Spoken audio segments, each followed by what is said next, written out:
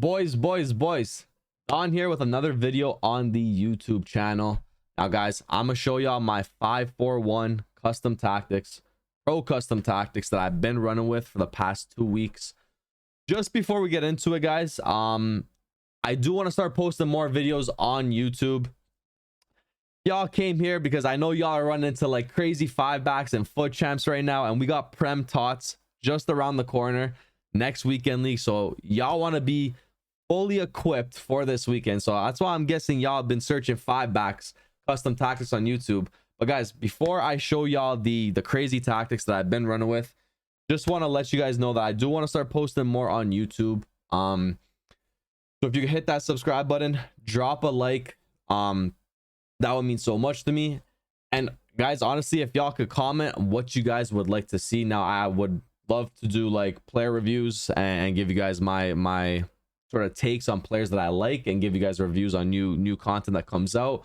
Or if you guys want to see more tactic videos like my 4-2-2 and the other tactics that I run with, or if you want to see just like content, I do a lot of share plays online on Twitch, FUT Champs gameplay and packs. Just if y'all could leave that comment and let me know what y'all like to see, yeah, that would help me out a lot as well, guys. And down below are all my socials, and we stream on Twitch every night. Almost. I say I'm a full-time streamer. A lot of people call me a part-timer, but guys, if y'all are on Twitch, man, I'm usually streaming at night, Eastern time.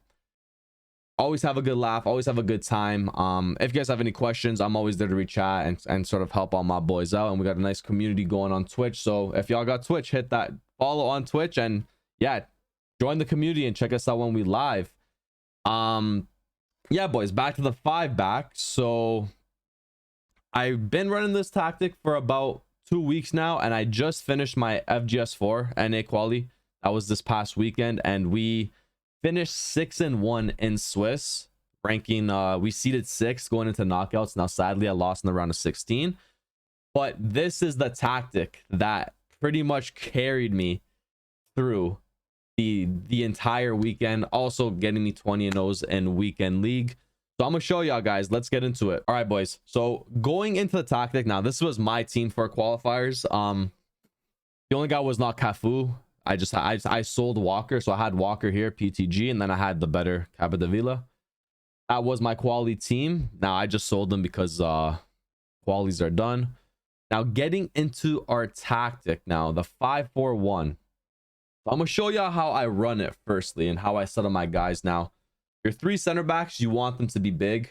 I think under 6 feet you don't really want a center back there. Now Capdevila works really well for me as a center back, so I put him as my center back, and then I had Walker or Cafu as sort of my right wing back. And then you kind of want like another attacking force, who like Janola, because Janola is also crazy. Janola could defend apparently in FIFA 23, but you kind of want to have big enough center backs, and then you kind of want to use one of your wing backs as a center back, because if you want to change, like say the 5-back's not working and you want to go into a 4-back, you don't want to have someone like Araujo or another center back running the wing back position. So you want to be able to change things on the fly. So having a wing back like Capdevila, even like Walker, they're both good at running center back. Meunier is probably one of the best ones you could have here as well. So having someone like that in the center back position in your 5-back really helps. And then on the wing backs, you kind of want to have one guy who's like up and down, good at offense and good at defense. And then you want like your attacking force, sort of like Janola, is very good for me. Now another shout is Nkunku. I see a lot of people running any sort of Nkunku as a right wing back, and he's got under 89 shot power. So if you have the ball in the right wing back position going up, you can hit that Trivela with him. So a lot of people do that kind of like sweaty tactic. For your wing backs, going into the CMs, you just want box to box midfields. I like tall midfielders, so Jude, yeah, worked very well. Hullet works very well. Even someone like Tots Thuram that just came out would be very good. Zidane, any sort of big midfielder that could do defense, do offense, you know, trigger them in, send the German cross into them because they're tall enough to win the headers. Those guys work very well in the 5-back, and sort of like how I like to run my 5-back. And then you have your right mid, your left mid, and your striker. Now, these are the most important positions. You kind of want your best players to be here. So I was running Mbappe and Dino with R9 up top. And in this instructions, and in this tactic, so I'll get into this more detail later on, but your right mid and your left mid, they actually act as like a left forward and right forward with your strikers. So kind of creates that like crazy offensive threat while still having like a 5 back and 4, pretty much a wall in defense. So yeah, this is kind of like how I run my sort of what kind of players I like to run in sort of my 5 back. Now, getting into the tactics, balance direct passing is kind of standard in FIFA 23. I'm sure y'all know. If you do not know, this is all I run. You don't want to have sort of drop back or whatever. If you're down in the game, you could pause it or have another tactic to have press after possession, but we're kind of setting this up to be our main tactic when you start off at kickoff. So balance direct passing, and direct passing is just standard. It's a better chance creation than any other tactic in the game, so always using direct passing in all of my tactics. Now, defensive style, I run 35 width. Now, if you aren't good at defense, you could even drop this to like 25 width. You want to have your players as compact as possible, and you don't want to leave any gaps within your center backs. So having this very low width, and it also helps with like auto blocks and stuff, guys. Like if your players literally create a wall in your box, and if someone's at the top of your box trying to create, he's got 5 men right in front of him, and if he does beat one, the other 2 are like right next to each other because of your sort of condensed width. So you're gonna get auto blocks, and it's kind of crazy because y'all know how FIFA 23 defends for y'all, so the AI is crazy, and then just to have your players compact and build a wall, it just makes it easier to defend in this game. So you could have your width anywhere from like 25 to 40. I leave mine on 35, and sort of with all my tactics kind of. So that's what I've been running with. Now 60 depth is what works for me on this formation. I know a lot of people run 72 depth. I wouldn't advise it unless you're like a pro or very, very good at defense. I think 60 is the best because you want to have your players go up just a bit so you can kind of press your opponent. But you don't want them to be too high up where it's like 70, 80 plus depth. So 60 depth works for me. And then I got 40 width on my offense. And this is because when we go into the instructions, I'll explain it a little bit more, but your right forward and your left forward kind of cut inside to make, or your left mid and right mid, sorry, cut inside, and they act as like a right forward, left forward. So to even have them sort of close together with your strikers, you could build up play. It works very well on offense for me. Players in box, I got 5. I try always 4 to 7 players in the box. 5 works for me the best in this formation because it's just it's kind of like default. Your players are where they're supposed to be in this formation, and you want your center mids to be on top of the box to support you when you have the ball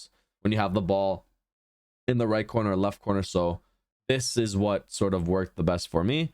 Corners and free kicks, it's kind of personal preference. I like 3 corners because the way your team sets up, if you go short, it works really well, and then free kicks is kind of just whatever you want.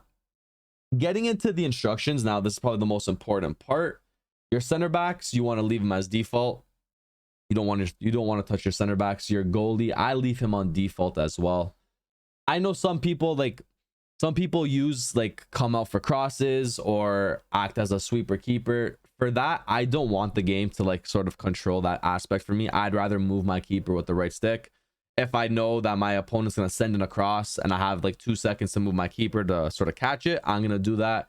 And I also want to be able to pull out my keeper when I want. I don't want the game to do that, and then in bad connection, I sort of get rigged. So leaving them on balance is what I like to do. Your right wing back and your left wing back are on the same tactic. So I use balance attacking runs and then overlap. So balance works really well for me. I know some people probably run joint attack, but how I find joint attack is like once you get the ball, both your wing backs start gunning it forward because they're going to join the attack automatically every time. If you get countered and you lose the ball in a bad position, it's gonna kind of like bite you in the ass. So you want to leave them on balanced and like let them gradually work their way up the field, and if they see the space, they will attack it. So it's better, because if you lose the ball in a bad position with all your midfielders, you're only going to have these three back, and he might still have 4 or 5 of his his attackers still up there because they're still tracking back. So joint attack doesn't really work well. In my opinion, you want to leave them on balance, because even defense is just better than offense. So you want to be able to have your wing backs there always, and then let them attack on their own when there's a space. Overlap, you want them to be on their on the wings. You want them to hug the sidelines. You don't want them to like cut inside and make inverted runs, because that would just be weird. On my center mids, I leave stay back while attacking, and cover center. This is pretty standard for all my tactics as well. I'm very used to having both of my CMs stay back, because then if you have the ball in the right mid or left mid kind of corner positions, they're always sort of there to support you. So I really like that. And then also, I'm someone who like, I use L1 and R1 almost all the time when I'm playing, like every 5 seconds. So I want to trigger Yaya and Jude, like my CMs, to go up when like I want them to go up. So that's why I leave them on stay back while attacking. If you want to send them in for a German cross, or you see that there's space or you want to send them in, just click L1 and then they'll attack the space. So you could have one on balanced if you are a very good defender. It could work. You could leave one on balanced and have them as a box to box. Just for me, I like to control the way my players move, so leaving them on comeback, sorry, on stay back while attacking, cover center work the best for me. Now your left mid and your right mid are the most important thing about this formation, and it's the reason why 5-4-1 works so well. So I have them on comeback on defense, and I just put this on for my tourney because a better defense is going to create a better offense. So having them come back on defense and just building that wall is just so broken in FIFA right now, and it's so hard to break down. So having them come back is what I like to do. Now cut inside and get into box and get in behind is what I have on both of them. Cut inside pretty much allows these two, left mid and right mid, to pretty much cut inside and act as a left forward and a right forward. And then you have your wing backs who kind of push up, and they're like a right wing, sort of left wing, while attacking. So you got like 5 threats up there plus your CMs, and this is kind of why the 5 back is so broken, because it's so crazy on defense, but even on offense it's like literally disgusting. It's very ratty. You also want them to get into the box, so that if there is space in the box, they're gonna attack it, the AI. And if you have like your right mid running down on a counter, you want your left mid to sort of attack the space to be able to like play that deep cross in.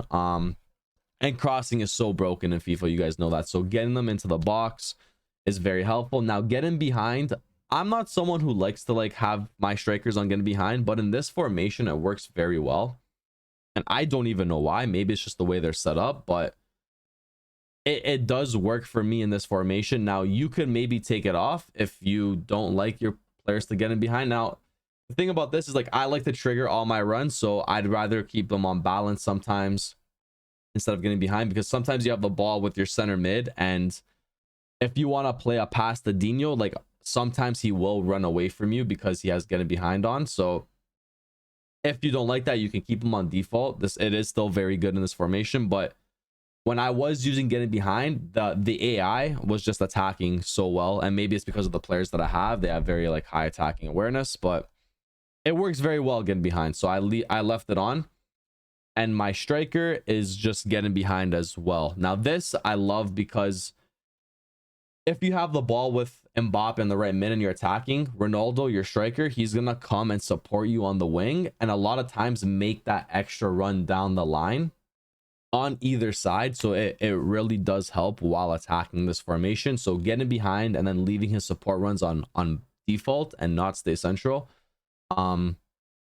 creates more like attacking options and more support runs from your striker. So it helps a lot.